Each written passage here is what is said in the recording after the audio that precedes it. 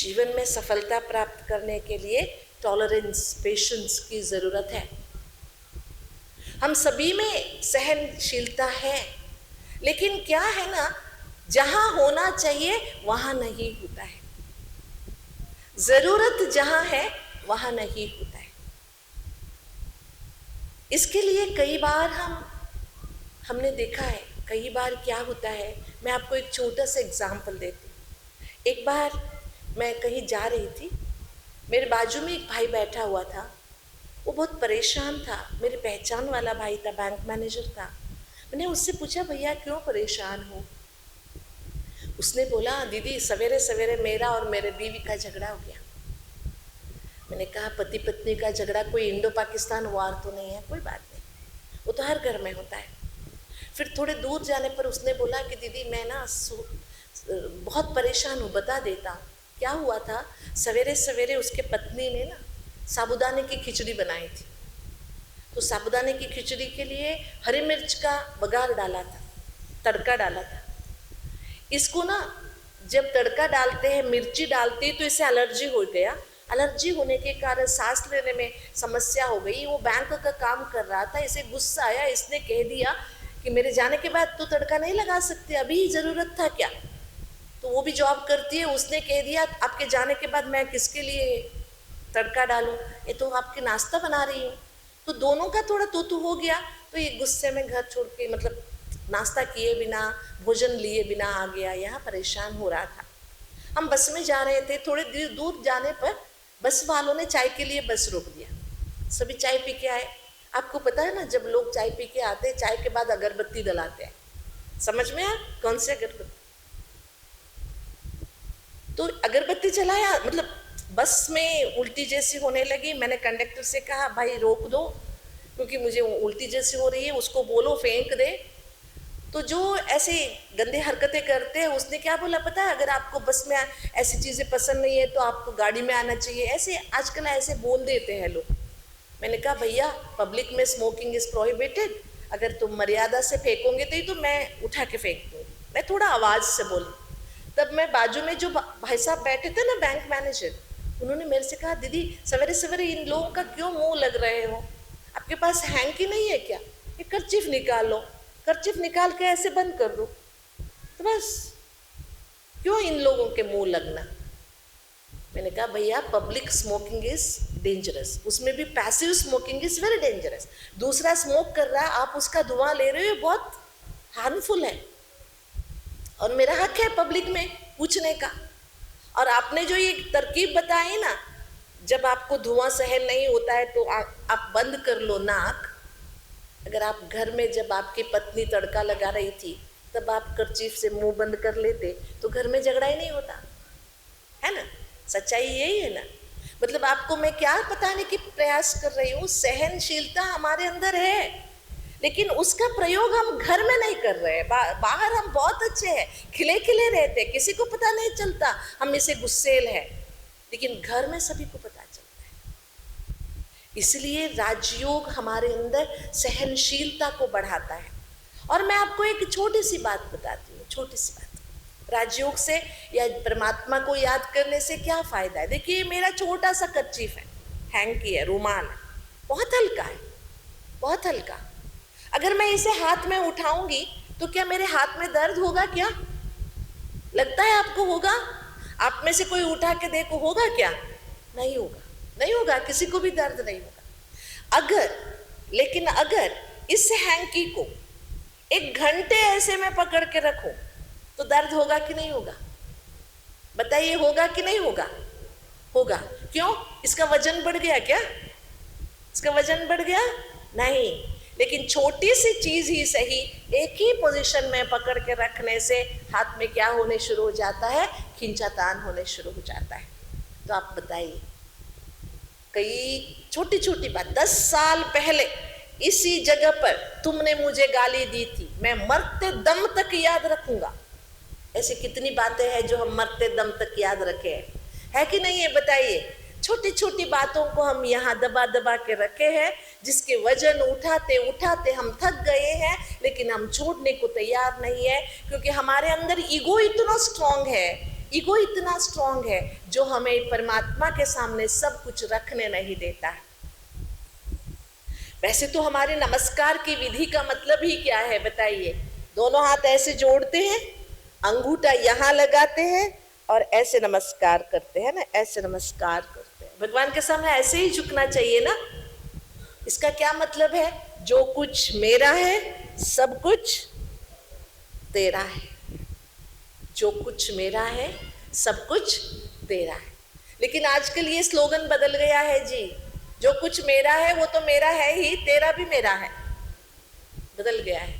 और नमस्कार करने की विधि भी बदल गई है। ऐसा कोई नमस्कार नहीं करता, ऐसा करता है। इसका मतलब फूटी मेरी तकदीर, ये नमस्कार नहीं है। हमारे पूर्वजों ने जो विधि बनाई है ना, उसमें अर्थ है। जो कुछ मेरा है, जो मैं खा रहा हूं, जो जी रहा हूं, जो कमा रहा हूं, तेरी मेहरबानी है, मैं शुक्राना अदा करता हूं तेरा। ये हमारा सोच होना चाहिए।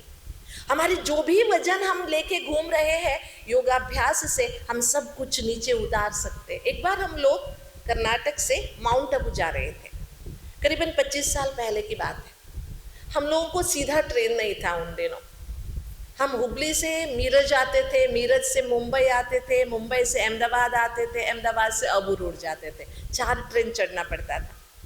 मुंबई में सवेरे उतरते तो शाम तक मुंबई में टहलना, क्योंकि ट्रेन ही नहीं थी शाम की, रात की 8 बजे की ट्रेन होती थी। तो एक बार हम बहनें ही जा रही थी, 25 बहनें।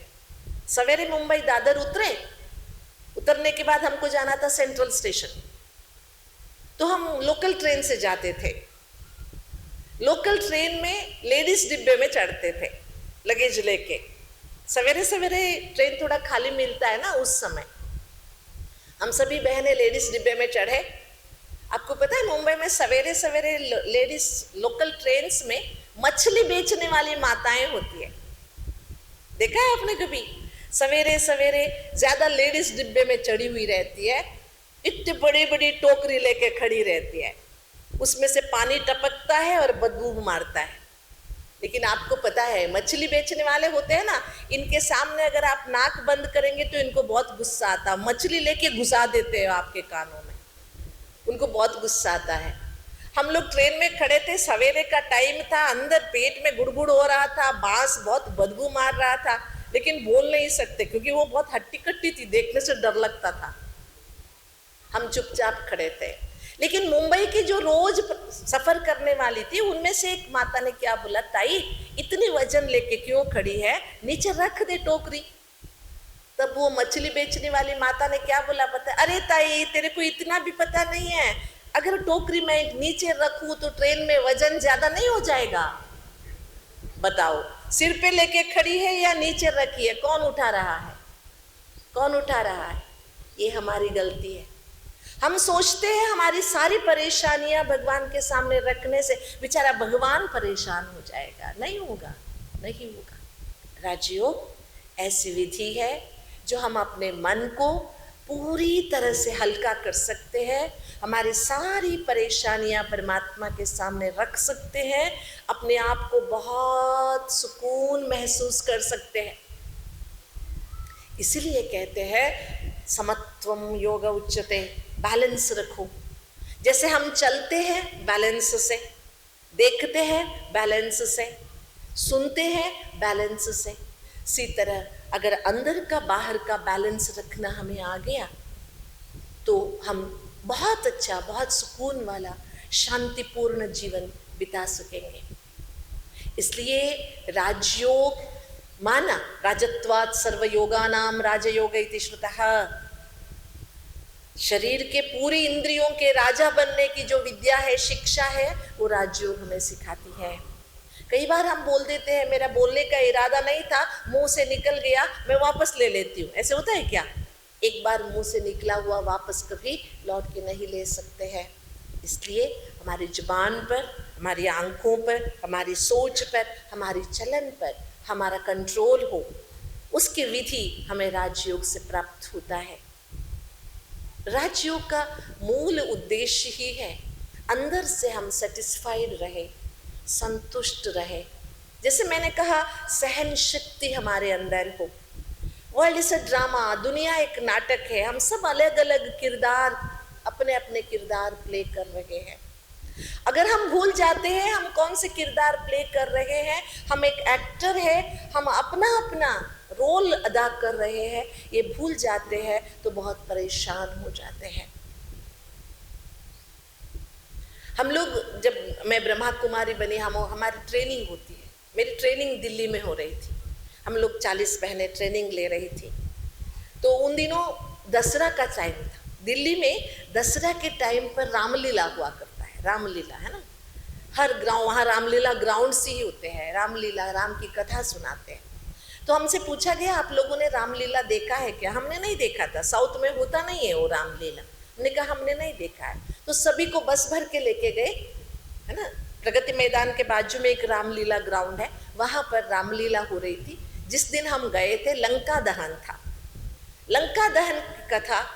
लेकिन क्या हो गया था, हम सब जाके खड़े हैं, हमको पता चला, बाद में पता चला, वो रामलीला लंका दहन में तो हनुमान जी का होना जरूरी है, हनुमान जी के पूंछ को आग लगेगी, उसके बाद वो लंका जलाएगा। लेकिन उस दिन हनुमान का रोल प्ले करने वाला पात्रधारी आया ही नहीं, बीमार पड़ गया था। तो कैसी होगी रामलीला? सब चिंता में थे। उतने में क्या हुआ, ग्राउंड के सामने एक साइकिल रिपेयरी करने वाला बैठता था, वो मुस्लिम था, लेकिन 25 साल से वहां बैठता था, हर साल रामलीला देखता था, इसलिए उसको रामलीला कंठस्थ थी, सारे डायलॉग्स कंठस्थ थे। उसने बोला कोई बात नहीं, मैं हनुमान का रोल अदा कर लूंगा। वो हनुमान बन गया। लंका दहन में हनुमान का बोलना नहीं होता है, 2 बार घूमना होता है, पूंछ से आग लगाना होता है, बस वो आ गया। रामलीला शुरू हो गई, हम सब देख के, खड़े होके देख रहे हैं, बहुत अच्छा चल रहा था। रावण का दरबार लगा है, हनुमान जी आया, हनुमान जी के पूंछ को आग लगाया गया। जैसे पूंछ को आग लगाया, ये कूदने लगा, अरे अरे अरे अरे जल रहा है। बाद में इतना चिल्लाया, उसने बोला अरे मैं हनुमान नहीं हूं, मैं जब्बर हूं, साइकिल शॉप वाला, चिल्ला दिया उसने। जैसे उसने चिल्लाया, इतने जूते पड़े उसको, इतने जूते बेचारे को। फिर जो रामलीला कमेटी है उनको पूरा कर्टन बंद करना पड़ा, पर्दा डालना पड़ा। ये क्यों हुआ? जो हनुमान जी का रोल वो कर रहा था वो भूल गया, अपने किरदार को भूल गया। किरदार को भूलने के कारण पूरा नाटक खराब हो गया, खुद को भी जूते खाने पड़े। तो आप भी बताइए, हम सभी इस सृष्टि पर अपने अपने पार्ट प्ले करने आए हैं।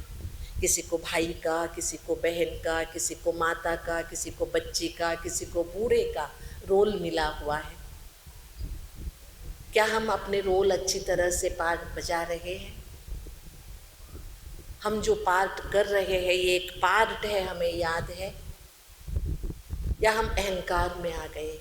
कई बार हम भूल जाते हैं, भूल जाने के कारण, अति भौतिकता के कारण कितनी परेशानियां होती है। आज ही मैं कहाँ तो बता रही थी, एक दिन मेरे पास एक माता आई सवेरे सवेरे, 55 साल की थी कुछ उम्र उनका। आते ही रोते रोते आई। मैंने पूछा क्या बात है, क्यों रो रही हो? तो उसने बोला क्या बताऊं दीदी, क्या बताऊं। मैंने कहा शायद इसका कुछ तो बहुत बड़ा नुकसान हुआ है, इतनी रो रही है। लेकिन बाद में पता चला उसका प्रॉब्लम क्या था। उसको सभी ना ऑटो चढ़ती, बस चढ़ती, मार्केट में जाती, दुकान में जाती, कहाँ भी जाती, सभी उसे आजी कहते थे, ठीक है। उसका थोड़ा बाल सफ़ेद हो गया था, इसलिए वो बहुत परेशान थी। कहती है मुझे ना बहुत इंसल्ट फील होता है, इसलिए मैं रो रही हूँ, मैं परेशान हो गई। ये भी कोई समस्या है? मैंने कहा बाल सफ़ेद होने के कारण तेरे को आजी कहते हैं ना, तू एक काम कर, बाल को रंग लगा दे, कोई आजी नहीं कहेगा। कहती नहीं नहीं नहीं नहीं, वो नहीं लगाना है, केमिकल्स होते हैं। तो फिर वो कहती है मेरे को पोती आई है, मेरी पोती को मैं कहती हूँ अम्मा बोल अम्मा बोल, लेकिन वो अम्मा नहीं बोलती, मुझे आजी ही बोलती है। दुनिया भर के लोग मुझे आजी कहते, मैं परेशान हूँ। अरे बाप रे, बहुत बड़ी समस्या हो गई। कितना समझाया लेकिन वो समझने को तैयार नहीं थी। लेकिन बाद में मैंने उससे पूछा, समझिए आज कोई तहसीलदार है आपके गांव में, कल उसको प्रमोशन मिलता है, एसडीएम बनता है, वो प्रमोशन मिलता है। तो किसी को प्रमोशन मिलने से मनुष्य खुश होता है या रोता है, बताइए मुझे। प्रमोशन मिलने से कोई खुश होता है कि रोता है? जब नौकरी में प्रमोशन मिलता है तो खुश होते हो, संबंधों में प्रमोशन मिलने पर क्यों रोते हो? कल तक कमा थे, आज आजी बन गए, प्रमोशन हुआ ना, खुश होना चाहिए कि नहीं होना चाहिए? ऐसे हमारी सोच में वास्तविकता लाने की ताकत राजयोग को है। जब मेरे बाल सफेद होने शुरू हुए ना, मैं बहुत खुश हुई।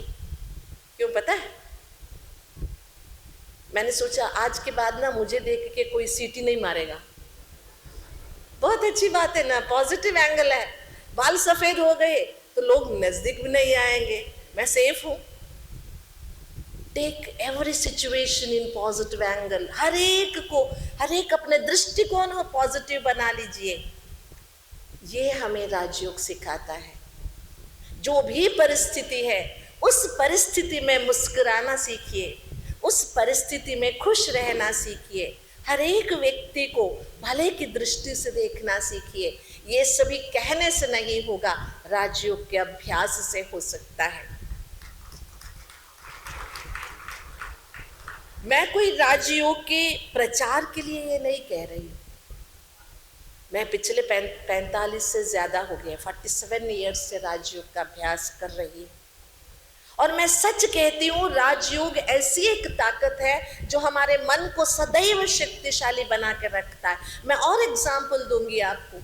आपने सुना होगा हमारी संस्था की मुखिया थी दादी जानकी, कईयों ने नाम सुना होगा, जो 104 ईयर्स तक जिंदगी जिया उन्होंने। बहुत छोटा उनका कद था, देखने में कोई बड़ी हस्ती लगती नहीं थी, लेकिन पढ़ाई भी ज्यादा नहीं किया था, लेकिन उन्होंने प्रूव किया very stable minded lady in the world. पूरी दुनिया में उन जैसा मानसिक स्थिरता वाली महिला कोई और नहीं रही। मैं उनकी एक किस्सा सुनाती हूँ। हमारी संस्था का अमृत महोत्सव हो रहा था, 75 ईयर्स सेलिब्रेशन, 75वां सालगिरह। और हमारी दादी का उम्र करीबन उस समय 97-98 था। पूरी दुनिया की मीडिया माउंट आबू आई हुई थी, 30,000 से ज्यादा लोग आए हुए थे। तो एक बीबीसी वाले ने दादी जी का इंटरव्यू किया। इंटरव्यू करते हुए उसने दादी जी से पूछा, दादी जी you are 97 and your institution is 75। आपका उम्र 97 है, संस्था का 75 है। Both are in old age, दोनों बुढ़ापे में हो।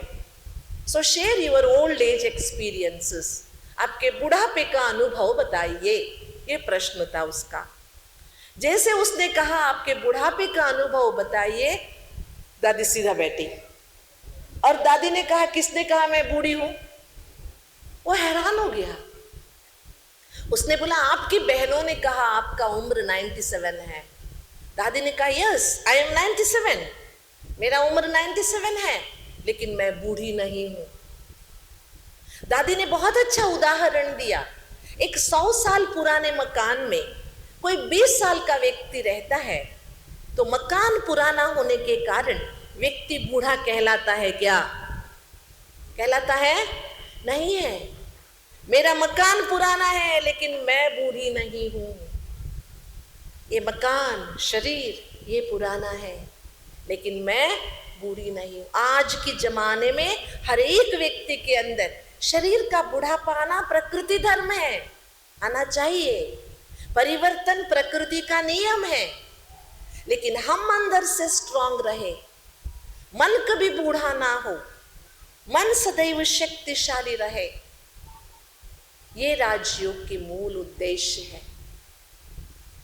आजकल हम क्या देखते हैं, 35 साल भी हुआ नहीं रहता है, माताएं आती है, दीदी शादी हो गई, 2 बच्चे हो गए, बस जिंदगी खत्म हो गई, ऐसे करती है। क्योंकि अंदर से शक्ति नहीं है, अंदर से शक्ति नहीं है। इसलिए राजयोग का मूल उद्देश्य है हर एक को राजयोगी बनना है। इसका मतलब सफेद साड़ी पहनना बिल्कुल नहीं है। राजयोग का मतलब है राजा जैसे रहो, लेकिन बुद्धि का योग भगवान के साथ जोड़कर रखो। घर में रहो, गृहस्थी में रहो, सब कुछ संभालो, लेकिन संबंध परमात्मा के साथ जोड़ के रखो। ये हर कोई कर सकता है। घर गृहस्थ में रहते पद्मपत्र में वाम्भसी, कमल के पत्ते जैसे, कमल के फूल जैसे कीचड़ में रहते भी कीचड़ से ऊपर रहकर हमारी जिंदगी को हम सुंदर बना सकते हैं। और हम सभी को पता है, हम सभी मानते हैं, क्या मानते हैं कि जन्म माँ बाप ने दिया है, लेकिन जीवन भगवान की देन है। जैसे जन्मदाता माता पिता का ऋण नहीं उतार सकते, तो जीवनदाता भगवान का ऋण कैसे उतारेंगे? वो तो संभव ही नहीं है। लेकिन अगर जीवनदाता भगवान का कुछ सहयोग करना चाहते हैं तो हम अपने आप को बदलें, हमारे अंदर की नेगेटिविटी को खत्म करें, हमारे अंदर की चिंता को समाप्त करें, हमारे अंदर की जो बुराइयां हैं उसको समाप्त करने के लिए हम तत्पर हो जाए। यही राजयोग हमें सिखाती, खुद को बदलना सिखाती है, खुद के अंदर झांकना सिखाती है, खुद के ऊपर विश्वास करना सिखाती है, खुद से खुद को बात करना सिखाती है, खुद को जानना सिखाती है। जब हम खुद को जानना शुरू करेंगे, आप जहां भी है, आप शासक है, प्रशासक है, घरेलू काम करते, आप कौन सी भी वृत्ति करते हैं, वहां आप सफल जरूर होंगे, क्योंकि जिसका अपने ऊपर प्रशासन अच्छा है वो पूरी दुनिया को बहुत अच्छी तरह चला सकता है। आप देखेंगे, आप माउंट आबू जाएंगे तो आप देखेंगे कितना सुंदर वातावरण है, कितनी स्वच्छता है, कोई किसी को ऑर्डर नहीं दे रहा है, कोई किसी के अंडर नहीं है, कोई किसी पर चिल्ला नहीं रहा है, लेकिन सब कुछ कैसे जैसे कि जादू चढ़ी जैसे हो रहा है। कैसे? क्योंकि वहां जो भी है वो स्वशासित है, वो अच्छी तरह से स्व का शासन करता है, अपने मन बुद्धि संस्कारों को, अपने इंद्रियों को शासित रखता है, तो सभी व्यवस्थाएं अच्छी तरह से चलती है। अगर व्यवस्था को सुधारना है, पहले अवस्था को सुधारो, पहले अपने मन की अवस्था को सुधारो।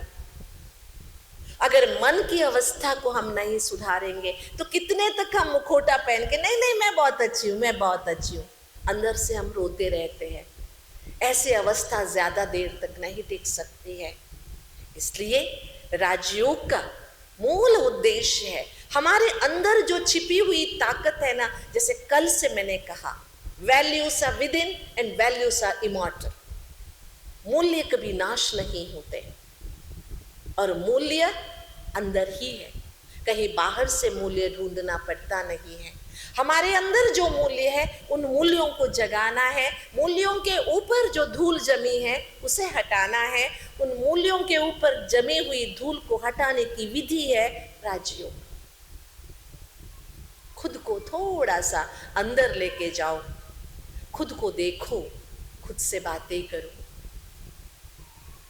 कहते हैं 20 minutes of meditation is equal to 4 hours sleep. अगर 20 मिनट अच्छी तरह से परमात्मा को याद करोगे तो 4 घंटा सोने की जो रिफ्रेशमेंट है ना, वो आप महसूस कर सकते हैं। ये मैं कोई आपको थियरी नहीं बता रही हूं, मैं कहाँ पढ़कर नहीं सुना रही हूं, मैं, मेरे जैसे हजारों भाई बहने जो गृहस्थ में रहने वाले लाखों भाई बहने इसकी गवाह है, जो प्रैक्टिकल लाइफ में राजयोग का अभ्यास करते हुए अपने जीवन